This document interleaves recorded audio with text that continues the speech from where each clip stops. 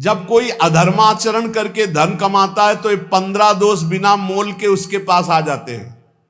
धर्म से धन कमाने पर और अधर्म से धन कमाने पर अंतर है। जब अधर्म से भगवान सत्य से प्राप्त होते हैं, जब अधर्म से आप धन कमाते हैं तो देख लेना ये 15 दोष आ जाएंगे। यहां वर्णन है, स्तेयम हिंसा नृतम दंभा कामः क्रोधा स्मयो मदः भेदो वैरमविश्वासा संस्पर्धा व्यसनानि च एते पंचदशानर्था हर्थमूला मता नृणाम तस्मादनर्थमर्थाख्यम श्रेयोर्थी दूरस्त्यजेत। ये 15 पापाचरण उसके अंदर आ जाते हैं जो पाप से धन कमाता है, अधर्माचरण से। बोले घूस ले लिया, निर्दोष को दंड दिला दिया, दोषी को मुक्त करा दिया, या छीन झपट करके चोरी कर लिया, कई तरह से अपराध प्रवृत्तियों से, अधर्माचरण से, छल कपट से। तो सुन लो, ये 15 पापाचरण उसके अंदर आ जाते हैं। 15 पाप कराने वाले हैं। पहला आता है, उसमें चोरी का स्वभाव आ जाएगा। चाहे वो कर चोरी समझो, सरकार के कर की चोरी भी तो होती है, चोरी का स्वभाव आ जाएगा। जैसे कोई कहे बड़े ईमानदार है, हम तो कोई चोरी नहीं करते, तो भैया देख लो, जब अधर्म से धन कमाओगे तो इतनी प्रीता होगी कि सरकार को कर देने की हिम्मत नहीं पड़ेगी। विविध प्रकार से आप कर चोरी करेंगे। कर चोरी करना भी पाप है, क्योंकि वो राजकर है। यदि उसको धर्म में आप लगा रहे हैं बात अलग है, नहीं तो उसको सरकार को दो, क्योंकि सारी व्यवस्थाएं हैं। कर चोरी को भी चोरी भी कहते हैं। हमें लगता है अगर ना दो तो तुम पकड़े भी जाओगे, बंदी भी बना दो, तुम्हारा धन भी जब्त हो जाएगा ना।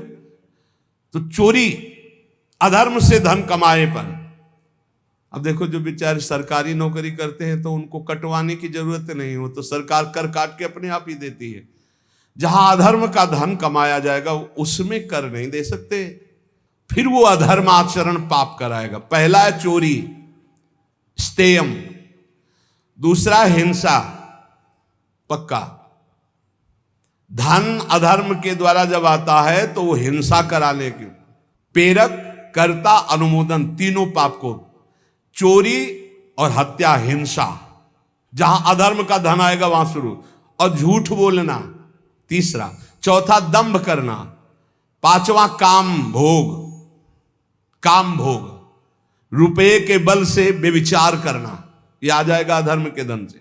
और गुस्सा, क्रोध, अहंकार, गर्व, भेद बुद्धि, बैर, अविश्वास, स्पर्धा, लंपटता, जुआ, शराब, ये 15 दोष अधर्म के द्वारा कमाए हुए धन में आ जाते हैं। इसलिए अधर्म के धन से डरना चाहिए लोगों को। अगर अधर्म का धन स्वीकार किया तो बुद्धि भ्रष्ट करके महान पापाचरण कराने लगता है। कैसे जाना जाए कि इससे भगवत प्राप्ति हो गई? कई बार चर्चा हुई। आज सिद्ध महर्षियों के वचन हैं। ये भगवत प्राप्त हो गया है, उसकी पहचान क्या है? कह रहे हैं, यह स्यादे कायेन लीनस्तूष्णीम किंचदच्चिंतयन् पूर्वं परित्यज्य सातीर्णो भव बंधनात् सर्वमित्रः सर्वसः समे रक्तो जितेन्द्रियः व्यपेत भयं मन्युश्च आत्मवान मुच्यते नरः आत्मवत् सर्वभूतेषु यश्चरे नियतः शुचिः अमानी निरभिमानः सर्वतो मुक्त एव सः जीवितं मरणं चोभे सुख दुखे तथैव च लाभालाभे प्रियद्वेषे या समास च मुच्येत। जो स्थूल शरीर और सूक्ष्म शरीर दोनों का त्याग कर चुका है, ना स्थूल शरीर की क्रियाओं से मतलब है, न सूक्ष्म शरीर के चिंतन से मतलब है। बहुत ऊंची स्थिति है। कोई संकल्प विकल्प नहीं, हर समय अलग रहता है स्थूल और सूक्ष्म से। एकमात्र परमात्म स्थिति में वो संसार बंधन से मुक्त हो चुका भगवत प्राप्त महात्मा है। कैसे जानोगे ये प्रगट में? क्योंकि अंतर की स्थिति है। इसलिए बिना भगवत प्राप्त हुए भगवत प्राप्त महात्मा को नहीं जाना जा सकता।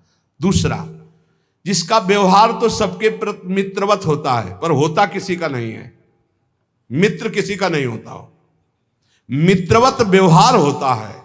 या वो आत्मस्वरूप अपने आप को सब जगह देखता है या अपने भगवान को सब जगह देखता है। बाहरी सांसारिक मित्रता नहीं होती। जो भारी से भारी कष्ट में भी मुस्कुरा कर रहता है, सह लेता है, शांत रहता है, ये भगवत प्राप्त महात्मा के लक्षण है। सबसे मित्रता का व्यवहार है, पर कोई मित्र नहीं है। सब कुछ सह लेगा, चाहे जितना कष्ट आवे। ये भगवान की प्राप्ति की वृत्ति है। और उसका मन किसी भी भोग में जाता ही नहीं है। खान पान क्रियाएं सब ऐसे होंगी, लेकिन मन किसी भोग में नहीं जाता। वो सदैव अपने स्वरूप में रहता है, इंद्रियों में नहीं, भोगों में नहीं, मन में नहीं। किसी भी तरह से उसे क्रोध दिलाया जाए तो उससे क्रोध नहीं आएगा भगवत प्राप्त महात्मा को। ये भी पहचान भूल कर बैठोगे। सनकादि ब्रह्म प्राप्त है ना, सनकादि सनक सनंदन सनातन, और डंडा लगा दिया, बेत लगा दिया जय विजय ने, तो गुस्सा आ गई ना, रोक दिए ना, तो गुस्सा आ गई, 3 जन्म का साथ दे दिया। क्या भगवत प्राप्त नहीं है? क्रोध की लीला होना और क्रोध आना अंतर है, ये बात समझना है। बार बार लोमस जी भगवत प्राप्त महात्मा है, काकभूषुंड जी काट देते हैं कि मुझे साकार भगवान के दर्शन चाहिए। निराकार की बात तब करना जब रामचंद्र जी का दर्शन कर लूं, तब साप दे दिया। काक की तरह बार बार चेष्टा, क्रोध आ गया। तो वो विचार करते हैं, द्वैत के बिना क्रोध कैसा, अगर द्वैत तो ज्ञान कैसा। क्रोध की लीला होना और क्रोध होने में अंतर है। कभी भगवत प्राप्त महात्मा में क्रोध नहीं आता। कैसा लीला और क्रोध का पहचान कैसे है? जैसे पानी में रकील खींचो, कितनी देर टिकेगी, खत्म। ऐसे महात्माओं का क्रोध होता है, वो लीला वाला। जो संसारिक पुरुष का होता है, वो 10 वर्ष बाद भी देखेगा तो जलन आ जाएगी कि वही है। और 5 मिनट बाद आप उनसे मिलो जो आपसे गुस्सा थे, पानी पानी एकदम, बिल्कुल कहीं क्रोध है ही नहीं। तो वो क्रोध की लीला थी, वो क्रोध नहीं, कोई द्वेष नहीं। तुम हृदय को जान ही नहीं सकते, हृदय को नहीं जान सकते जो भगवत प्राप्त महात्मा है। मनस्वी वो जीवन मुक्त कहा जाता है, जिसको किंचन मात्र क्रोध नहीं होता, किंचन मात्र किसी सबसे मित्रता पर मित्रता नहीं है, सबसे मित्रता है पर मित्रता नहीं है। सब कुछ सह लेता है, उसका मन किसी भोग में जाता ही नहीं, वो सदैव पवित्र रहता है। समस्त भूतों के प्रति अपने ही समान वर्ताव करता है। व्यवहार, भूतों का मतलब प्राणियों को होता है, भूत मत समझ लेना। जिसमें अभिमान का लेस नहीं, गर्व का लेस नहीं, वो भगवत प्राप्त महात्मा होता है। जिसको जीने और मरने में समान भाव हो चुका है, सुख दुख में समान भाव हो चुका है, लाभ हानि में समान भाव हो चुका है, प्रिय अप्रिय में समान भाव हो चुका है, वही जीवन मुक्त महापुरुष है। जो सबके द्वारा किए गए तिरस्कार से भी दुखी नहीं होता और किसी का भी तिरस्कार नहीं करता। जो सुख दुख आदि द्वंद्वों से राग रहित है, वो सर्वथा जीवन मुक्त भगवत प्राप्त महात्मा है। जिसका इस संसार में एक भी शत्रु नहीं है, एक भी मित्र नहीं है, ना धर्म ना अर्थ ना काम, किसी से संबंध नहीं, वो जीवन मुक्त महापुरुष है। जो ना किसी नवीन भोग की आकांक्षा करता है, न प्राप्त परिस्थिति से घृणा करता है, वो जीवन मुक्त महापुरुष होता है। जैसी परिस्थिति राजी है। जो धर्म और अधर्म दोनों से परे है, जो पूर्व संचित पापों के परिणाम स्वरूप शरीर का त्याग कर दिया है, शरीर रहते हुए भी, क्या स्थिति, जिसकी कोई भी वासना नहीं, जो पूर्णतया निष्काम हो चुका है, वो भगवत प्राप्त महात्मा माना गया है। जिसके हृदय में कभी किसी के प्रति दोष दृष्टि नहीं होती, जो अनित्य जन्म मृत्यु को देखता रहता है, जन्म भी अनित्य है, मृत्यु भी अनित्य है, और जरा आदि दोष भी अनित्य है, वो भगवत प्राप्त महात्मा है। इसलिए भगवत प्राप्ति के लिए जोर कसो, खूब नाम जप करो, भगवत चरित्र सुनो और डर हटा दो। कोई डर तुम्हारे अंदर नहीं रहेगा यदि नाम रूपी अंगरक्षक हमारे पास है, हर समय नाम।